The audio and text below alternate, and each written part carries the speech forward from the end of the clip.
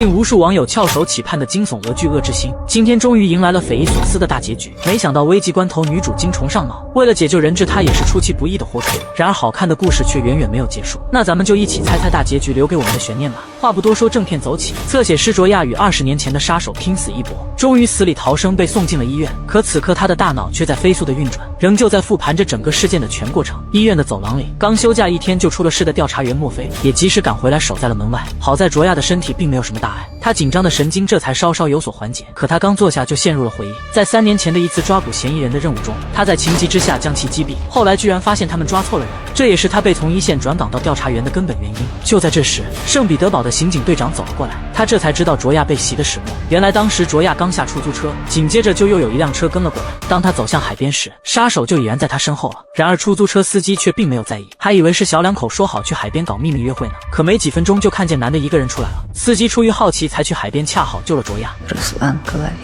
队长一听都懵了，怎么又冒出来另一个连环杀手呢？因此事后圣彼得堡的警方不希望再与两人继续合作了，再加上媒体对卓亚的特别关注，所以局长就将墨菲进行了强制休假。然而这看似一切都混乱不堪的连环杀人案，却在两人的休假中有了很大的进展。出院的卓亚是幸运的，他受到了朋友的安慰和照顾，而墨菲却对他14岁写下的案情分析来了兴趣。于是那个装着信封的领带终于浮出了水面，这里一共合计有11个信封，而原本鲁斯兰总共邮寄了14条领带。当年卓亚把第1条交给了小镇的警长，然而却没有得到任何回应。当他和警方的 SK 人员合作时，他又拿了1条交给了高级调查员，可对方却反而让他去解决个人的心理恐惧，所以他一气之下烧了第3条。但此后的领带仍没有间断，他便开始将其统统收集了起来，并且自费去做了 DNA 和指纹鉴定，结果仍旧没找到任何线索。可令他毛骨悚然的是，信封里竟还夹杂着一些描绘他被侵犯的素描画。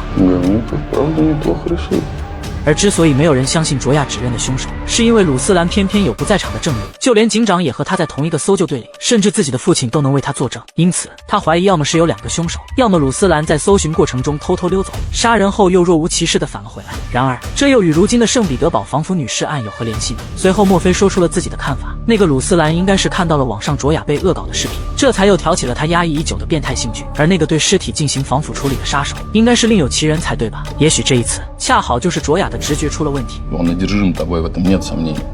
Но и ты одержима им. 墨菲一看也不再争辩，随手拿了资料就走出了大门。随后他就驱车赶赴卓亚当年生活的小镇。当他与本地的警长交流之后，这才了解到案件的更多细节。原来经过法医鉴定，女同学的死亡时间是晚上6点到7点之间，而嫌疑人却在图书馆一直待到了下午4点。但女同学的失踪分明是在下午2点了。可警长却认为当时女孩应该是和男朋友约会去了，可她要回家时却被嫌疑人骗去了一个隐秘的角落，随后就在那里被侵犯和杀害了。墨菲一听就更纳闷了，怎么这个男朋友竟然没出现在卷宗里呢？紧接着他又在法医鉴定的日期中发现了端倪，既然是当天发现的尸体，那为什么签署日期却是在被害人死亡的2天之后呢？这里究竟隐藏着什么秘密呢？然而警长当时却只顾着缉拿凶手，对法医鉴定的流程一无所知。画面一转，墨菲又紧急找到了当年的法医，询问对方为什么初步判定的时间是2点，而最后却又将时间改成了晚上6点到7点之间呢？可这个时间嫌疑人恰好在图书馆了，而后内心懦弱的男同学含冤入狱，竟然极端的上吊自杀了。为此其父母要极力证明儿子的清白，所以法医才修改了时间。И вы знали, что у Семёна была алиби? Вы же знаете, в какой стране мы живем. 墨菲终于证实了当年卓亚的推断，于是第2天，他又带着一大包好吃的来到卓亚家。原来警方一开始就要将谋杀案归咎于男同学，所以就说服法医修改了死亡时间。看来这次真可能是卓亚犯了个小错误，这个变态的连环杀手就像墨菲推测的一样另有其人。随后两人撕掉了卧室内满墙扰乱思绪的线索，然后直奔圣彼得堡而去。可这个连环杀手将女孩们制作成洋娃娃，难道仅仅是为了好玩吗？可为什么最后又将她们抛弃了呢？一个女孩穿上了约会的礼服，还有个女孩手上还戴着一枚新娘的戒指，就好像凶手在模拟从恋爱到婚姻的整个过程一样。而整个防腐的过程充斥着脏兮兮的血液，然后再将尸体彻底清洗，最后还要换上非常洁净的外衣。可为什么这些衣服都异常诡异的合身呢？那根本就不是因为被害人都很瘦，而必定是凶手带着被害人一起去了商场。Поближе к конечной точке. 此时也正如卓亚推测的一样，杀手已经开始物色下一个美丽的猎物，可他早已经厌倦了那些轻浮的年轻女孩，却将目光转向了一个独自照顾孩子的单身妈妈。显然杀手也向往着结婚生子，他看着屋内温馨的一家，已经开始幻想着3个洋娃娃在陪他共进晚餐了。然而变态的还不仅如此，他还要将孩子安安静静地放置于床上，并且在一旁母亲的目光注视下，像父亲一样给2个孩子讲瘆人的睡前小故事。如此看来，留给卓亚破案的时间已经不多了。于是两人问遍了营业时间很晚的所有商场，却仍旧是一无所所获。然而山穷水尽疑无路，卓亚竟突然发现模特身上所展示的衣服，居然和其中的一名受害人穿的一模一样。随后在卓亚的提示下，老板娘终于想起还真有个人总盯着模特发呆。接着再进一步查看监控录像，想不到杀手终于露出了庐山真面目。可遗憾的却是，监控就根本没有拍到他的脸。好在继续追踪后，他们终于看到了杀手的汽车。很快，墨菲就通过同事的图像分析，终于查清了车主的住址。这里是一栋破旧的木板房，然而房主却好像不在家。这时邻居却说房主已经去世2个月了，他就不是一个正常人，整天酗酒抽烟，还不停咒骂前夫。这偏偏又导致他女儿才13岁就患肺癌去世了。可更没想到的是，当年他竟然说女儿就是病得睡着了，还叮嘱2兄弟别忘了喂饭。如今他的其中一个儿子恨死了母亲改了姓氏，另一个好像做起了水管工的生意。只可惜老人都已经记不清2兄弟的名字了。И звали его Кирилл. точно. 提到这个名字，卓亚的脑海中立即闪现出了一个人，那就是3年前那位21岁女死者的未婚夫。由此，卓亚断定母亲的去世恰好是触发杀手行凶的契机。还记得第一位死者闺蜜叙述的疑点吗？ Да, там беда, сырые стены и плесень.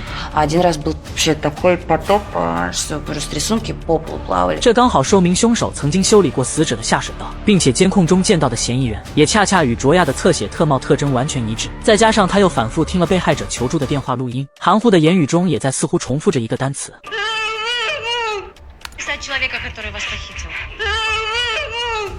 当卓亚一个人前去调查时，也恰好发现工厂里确实有几辆面包车。然而还有个疑点并不相符，因为那个未婚夫搬了不太重的货物之后，居然就立马开始腰疼了。那他又是怎么轻松搬运尸体的呢？况且他还已经和死者订了婚，那就仅仅只剩下一种可能。 Другой брат. А что, если его брат тоже сантехник?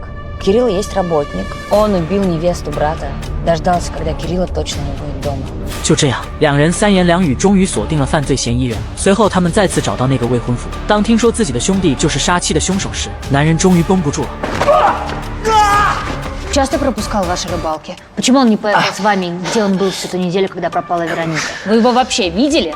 Спорю, что он не появлялся целую неделю. Где он, по-вашему, был? 男人已经彻底崩溃了，因为卓亚已经猜到弟弟曾经与他的未婚妻发生过关系，而弟弟又恰好有他家里的钥匙。同时，墨菲也在一旁提醒，死者很可能都来源于工厂的客户名单。没想到这个推测很快就得到了证实，而现在弟弟恰好正在外出去拜访客户，于是3人紧急在名单中搜索。这时，一个单身母亲的名字就呈现在他们眼前了。他们猜的没错。 此时，杀人狂魔已经敲开了客户的房门。就当女人毫无防备的签字时，他在背后凶神恶煞的靠了上来，然后突然就掐住了女人的脖子。没想到女人抄起圆珠笔就扎了过去，却又突然被他一下就摁倒了地板上。女人好不容易挣脱，可刚要抱着儿子逃命，却发现女儿已经控制在杀手的怀里了。另一边，等2人赶来时，已经是晚上了。墨菲让卓亚守在门口等待警方救援，自己却一个人悄悄爬上了墙。紧接着，他就看到了被绑的2个孩子，然后他再继续向里面搜寻。他果真见到了正挟持人质的连环杀手。为了拯救女人的性命，墨菲也只能按要求乖乖地放下枪了。 Успокойся, успокойся.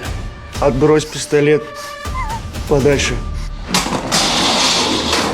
尽管墨菲一再好言相劝，可杀手却反而情绪激动的不停大喊大叫。就在这时，卓亚竟然在身后悄悄出现了，这下杀手更加激动了。然而接下来的一幕，竟然把身经百战的墨菲都看懵了。只见卓亚不停地用温和的语言安抚杀手，又为了表示自己没有携带任何武器，他竟然当众就脱下了外套，然后说愿意和人质交换位置，并且还会主动跟对方上面包车，还可以用墨菲的手铐铐住双手。如果这样诚意还不够的话，他干脆连裤子也直接都给去除了。在卓亚充满挑衅的言语之下，没想到杀手的思路已经被带的又开始幻想了。就在关键时刻，拼了命的卓亚终于放了最后的大招。当墨菲用手铐铐住他的双手时，也同时见到了别在他腰间的手枪。И тебе, и мне будет кого любить. Давай уйдем вместе.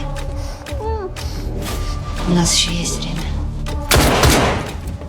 就这样，令人谈之色变的连环杀手终于被墨菲抓获了，人质也终于安全得救了。卓亚这才松了紧绷的一口气。事后，他竟然通过新闻媒体成了名人，就连他的朋友都有人来找他合影了。而那个大记者又抛来了另一个橄榄枝。 Хотел поговорить о книге.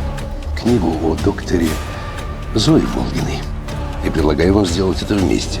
卓亚与墨菲的感情也莫名的暧昧了起来，而局长也正在考虑招募墨菲进入特别行动小组。然而这看似完美的结局，却又再次掀起了那永不停歇的波澜。卓亚又收到了匿名信封，里面装着的依旧是一条旧领带。除此之外，竟然还有一张朋友和鲁斯兰的合影。至此，悬疑惊悚俄剧《恶之心》第1季完结。本剧改编自麦克奥莫所著的佐伊本特利探案小说系列之《永远留在我身边》，感兴趣的小伙伴还可以看看他的其余2本书《黑暗之中》和《透过受害者的眼睛》。若在有生之年能看到拍成剧集，小编也会第一时间为大家送上精彩解说。如果你喜欢这个颜值和尺度都超级爆表的俄剧，还请朋友们点个小小的关注，主页里还有很多好看的剧集解说，总会有一部会走进你的心里。咱们下一故事再见吧。Спящая